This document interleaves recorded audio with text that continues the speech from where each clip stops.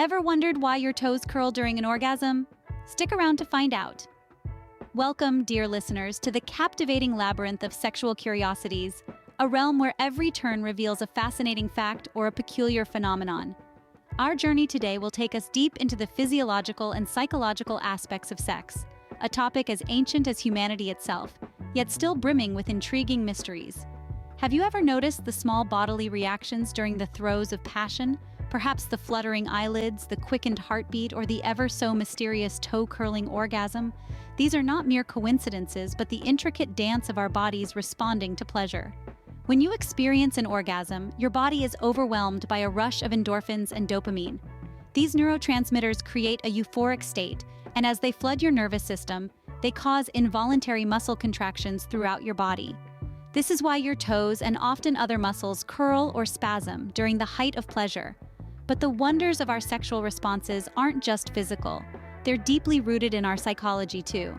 The way we perceive and experience sex is shaped by a myriad of factors, from our personal beliefs and cultural background to our individual psychological makeup.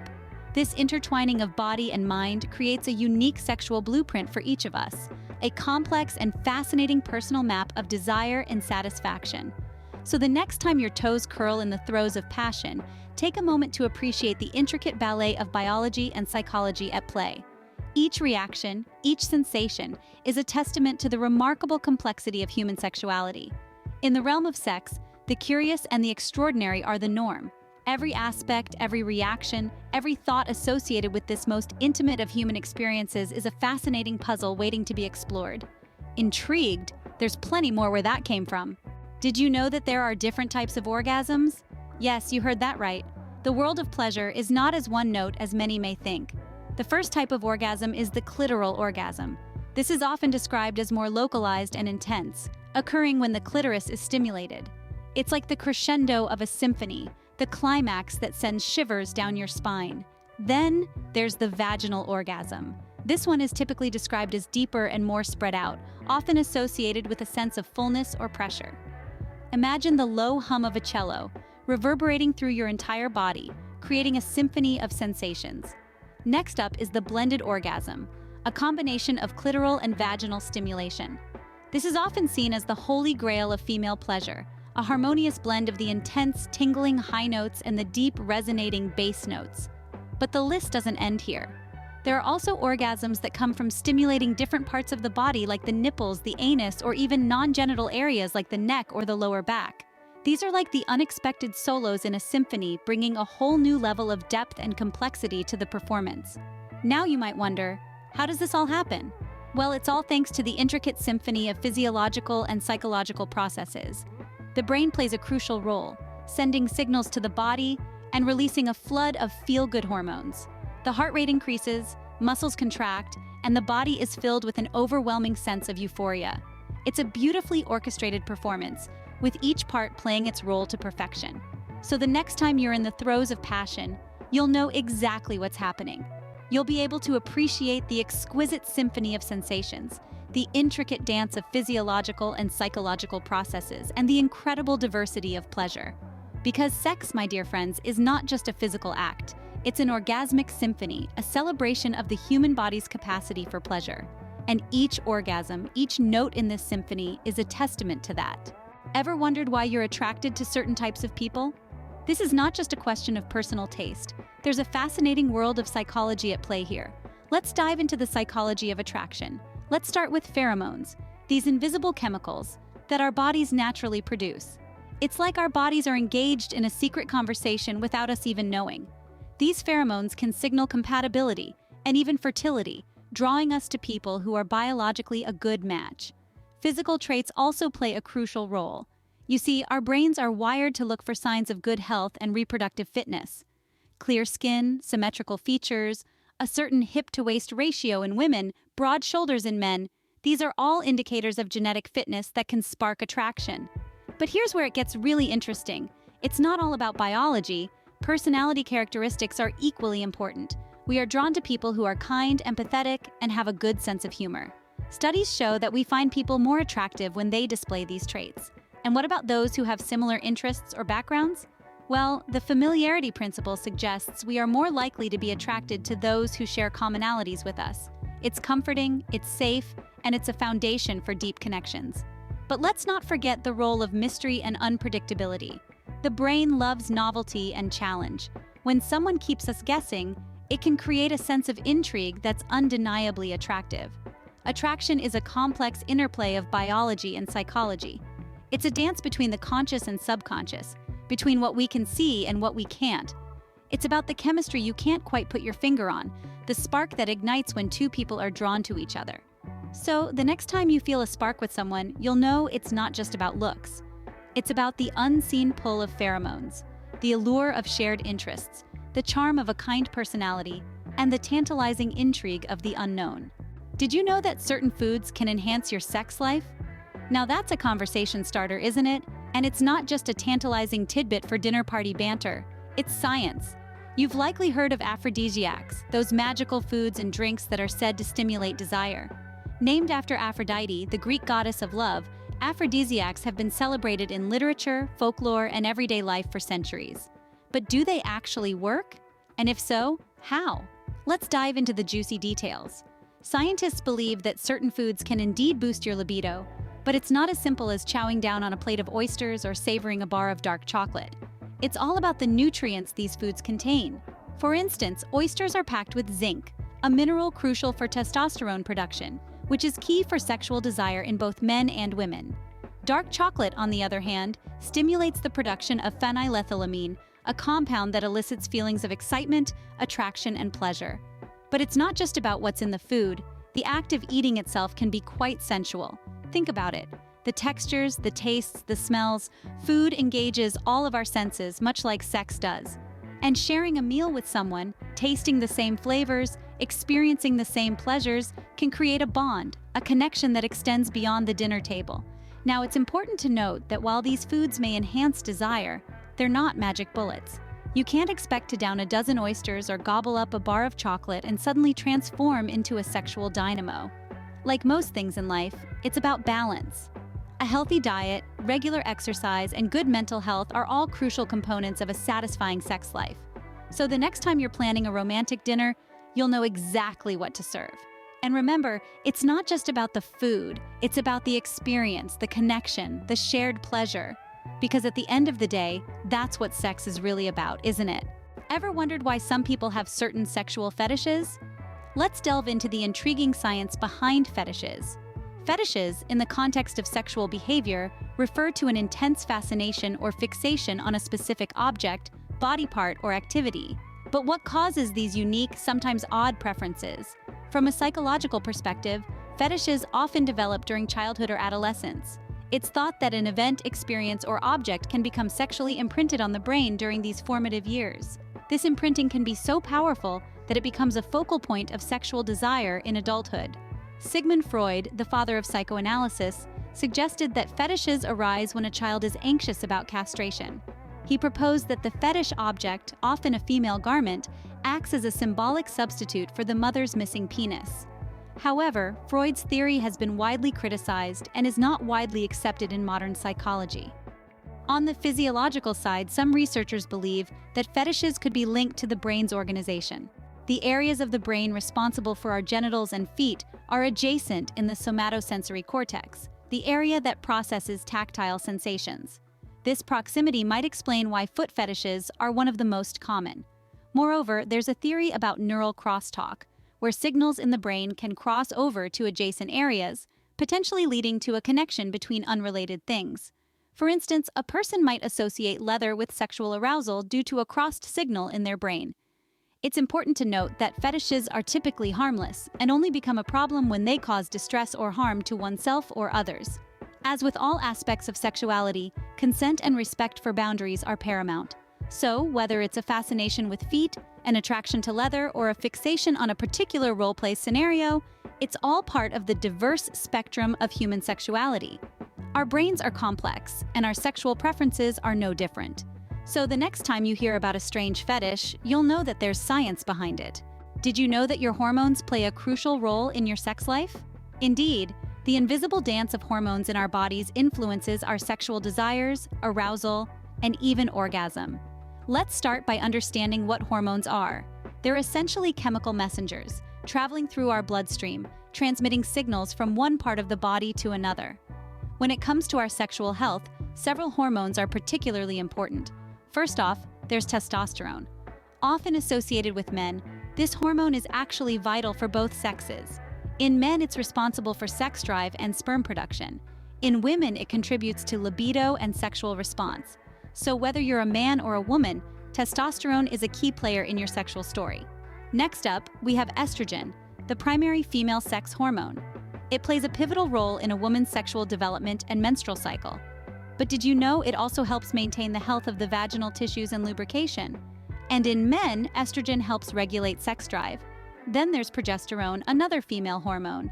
It helps prepare the uterus for pregnancy, but it also plays a role in sexual desire.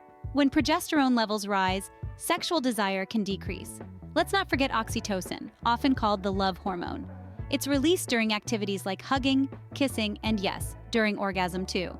Oxytocin enhances feelings of trust, bonding, and affection, which can intensify the emotional connection during sex. Finally, there's dopamine, a hormone that plays a major role in the reward system of the brain. It's released during pleasurable activities, including sex, causing feelings of enjoyment and reinforcement to motivate a person to perform certain activities again. So, as you can see, our sex lives are a complex ballet of hormones, each playing their own unique part in the grand performance of sexual desire, arousal, and satisfaction. They dictate not just how we feel, but how we act and react in the bedroom. So, the next time you're feeling frisky, you'll know it's your hormones at work. Ever wondered what makes someone a good seducer? Well, seduction is an art, a dance of subtlety and intrigue that is as old as time itself. It's not just about physical appearance, but also about the way you carry yourself, your conversation skills, and your confidence. Let's begin with body language. Our bodies speak volumes, often louder than words. A simple glance, a touch, or the way you position yourself can convey interest, attraction, and desire. Body language is the unspoken dialogue of seduction, a silent conversation between two people. It's about understanding the subtleties, the look in the eyes, the tilt of the head, the touch of the hand. Remember, it's not just about what you say, but how you say it. Now let's move on to conversation skills. Seduction is a dance and conversation is the music. It's about creating a connection, finding common ground, and building rapport. It's about listening, showing genuine interest, and understanding the other person. Good conversation is like a dance. It's about rhythm, timing, and creating an emotional connection. Next, we have confidence. Confidence is attractive, it's magnetic, it's about feeling comfortable in your own skin, knowing your worth, and not being afraid to show it. Confidence isn't about arrogance, it's about self-assuredness. It's about being comfortable with who you are and projecting that to the world. Remember, confidence is not something you have, it's something you exude. So how do these factors contribute to successful seduction? You see, seduction is about creating a connection, a bond. It's about understanding the other person, making them feel special, and creating an environment where they feel comfortable and desired. So the next time you're trying to woo someone, you'll know exactly what to do. It's not about tricks or games, it's about authenticity, connection, and understanding. It's about mastering the art of subtlety and intrigue, the art of seduction. Did you know that the power of touch can enhance your sexual pleasure? That's right, folks. Touch is a powerful tool in the realm of intimacy, and it plays an indispensable role in heightening sexual pleasure. Let's delve deeper. Our skin is our largest organ, and it's brimming with nerve endings that make it incredibly sensitive to touch. This sensitivity varies from person to person and from one body part to another, leading to the concept of erogenous zones, areas of the body that can trigger sexual arousal when touched or stimulated. These zones include the neck, the inner thighs, the back of the knees, the earlobes, and of course, the genitalia. But remember, everyone is unique, and what might be an erogenous zone for one may not be the same for another. Touch during intimacy is not just about physical stimulation, it's also about communication, a silent language of love and desire. It's a way to show your partner that you're present, focused, and invested in their pleasure. It's about exploring, understanding, and responding to your partner's body and its reactions. It's about creating a connection that transcends spoken words. Why is touch so important in sex? It's because touch can ignite our senses, stir our emotions, and elevate our sexual experience. It can build anticipation, intensify pleasure, and even forge a deeper emotional bond with your partner. It's through touch that we experience the warmth, the closeness, the intimacy that sex can bring. Even science backs this up. Research shows that touch can release oxytocin, also known as the love hormone, which can enhance feelings of trust, connection, and intimacy. So touch is not just about physical pleasure, but also about emotional fulfillment. So the next time you're getting intimate with someone, you'll know exactly where to touch. And remember, the power of touch in sex is not just about where you touch, but also how you touch. Be gentle, be attentive, and most importantly, be in tune with your partner's responses. After all, touch is a dialogue, and the conversation is as important as the climax. Ever wondered why communication is so important in sex?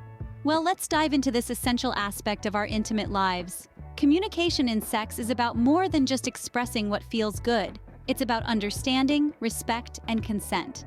It's about exploring and expressing our desires, our limits, and our fantasies with our partners.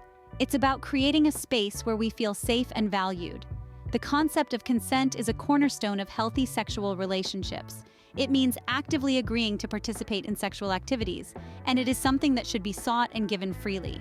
Consent isn't a one-time thing, it's a continuous conversation. It's about checking in with your partner, making sure they're comfortable, and respecting their boundaries. Next, let's talk about preferences. We all have them, and they can vary considerably from person to person. It's important to have an open dialogue about what you and your partner enjoy. This doesn't have to be an uncomfortable conversation. It can be as simple as asking what they like or expressing your own desires. Remember, there's no shame in having preferences. They're what make us unique. Now, let's talk about how good communication can enhance sexual pleasure.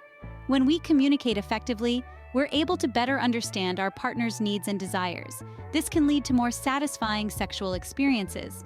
It's like being given a roadmap to pleasure. But remember, it's not just about asking what your partner likes, it's also about listening and responding. Communication extends beyond words.